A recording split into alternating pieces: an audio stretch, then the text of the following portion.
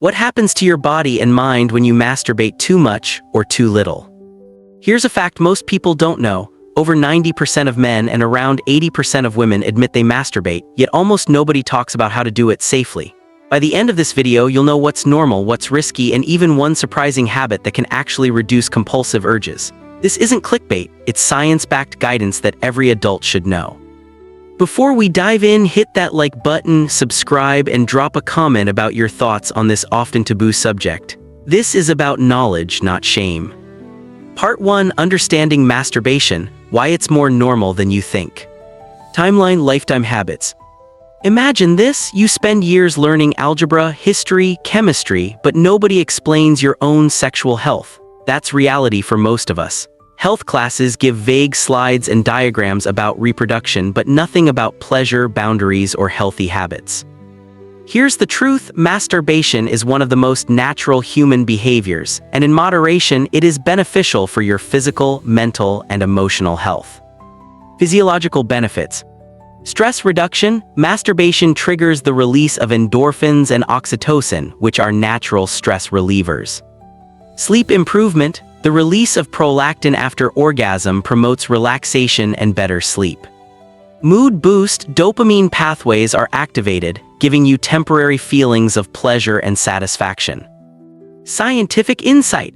A 2019 study in the Journal of Sexual Medicine found that regular masturbation was linked to lower levels of stress hormones like cortisol, especially in individuals under chronic stress.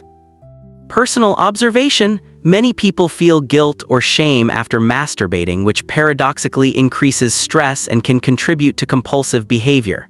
Understanding what's normal for your body helps reduce anxiety and improve self-awareness. Part 2: Safe Masturbation Practices, the do's.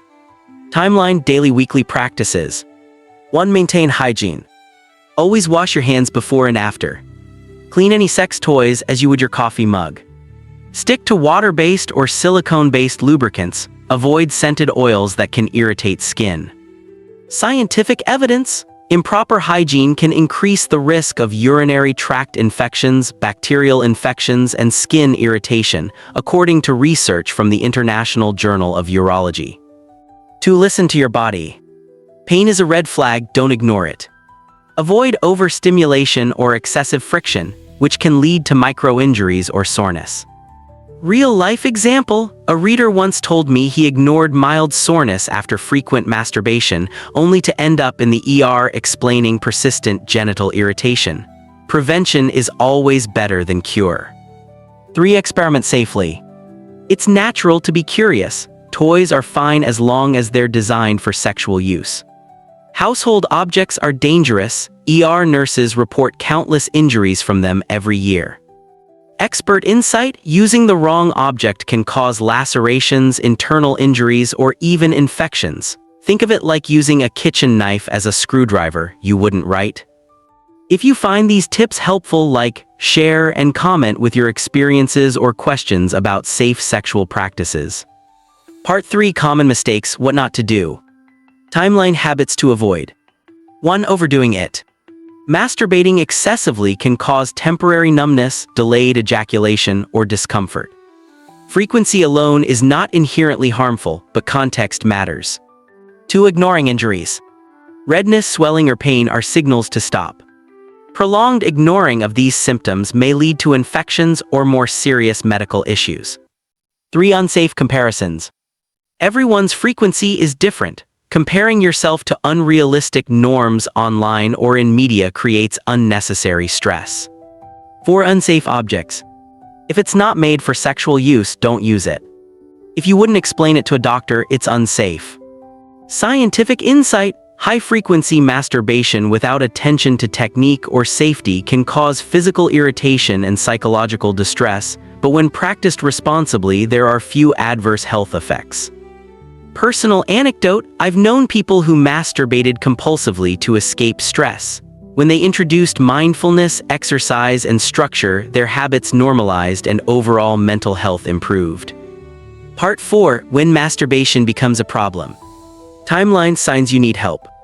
Masturbation becomes a problem when it interferes with your physical health, mental well-being, or daily life.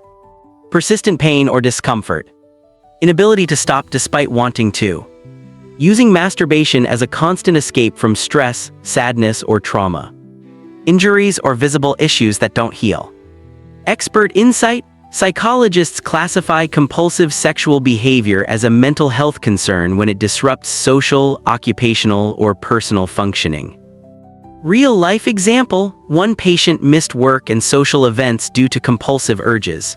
Professional guidance provided structured coping mechanisms, stress management techniques, and behavioral adjustments. Within months, the habit normalized and overall quality of life improved. If any of these signs sound familiar, like, share, and comment so we can discuss practical steps for seeking help. Part 5: Healthy Alternatives and Achieving Balance. Timeline: immediate to long-term strategies. 1. Exercise. Physical activity redirects energy and increases endorphins. 2. Meditation. Just 5 minutes can reset dopamine pathways, reducing compulsive urges.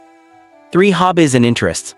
Creative activities like painting, writing, or learning an instrument provide natural rewards for the brain.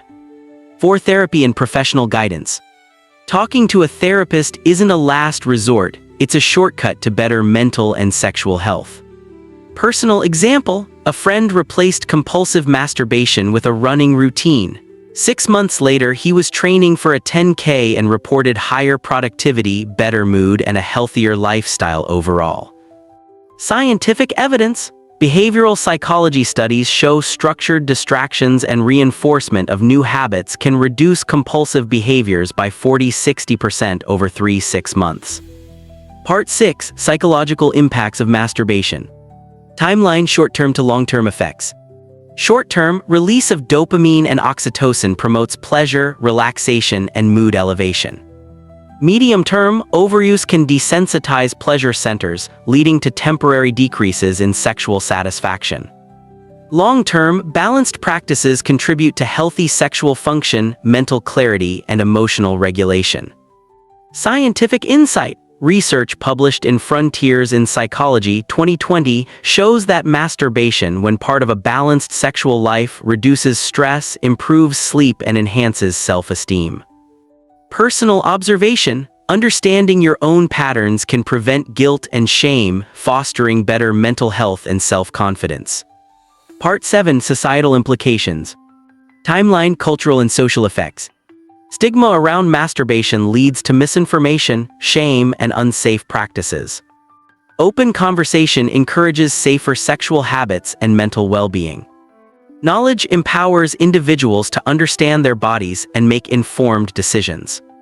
Fact: many adults only realize the risks of unsafe practices after injury or mental distress. Awareness prevents these preventable issues. Like, subscribe, and comment on how sexual health conversations are handled in your culture.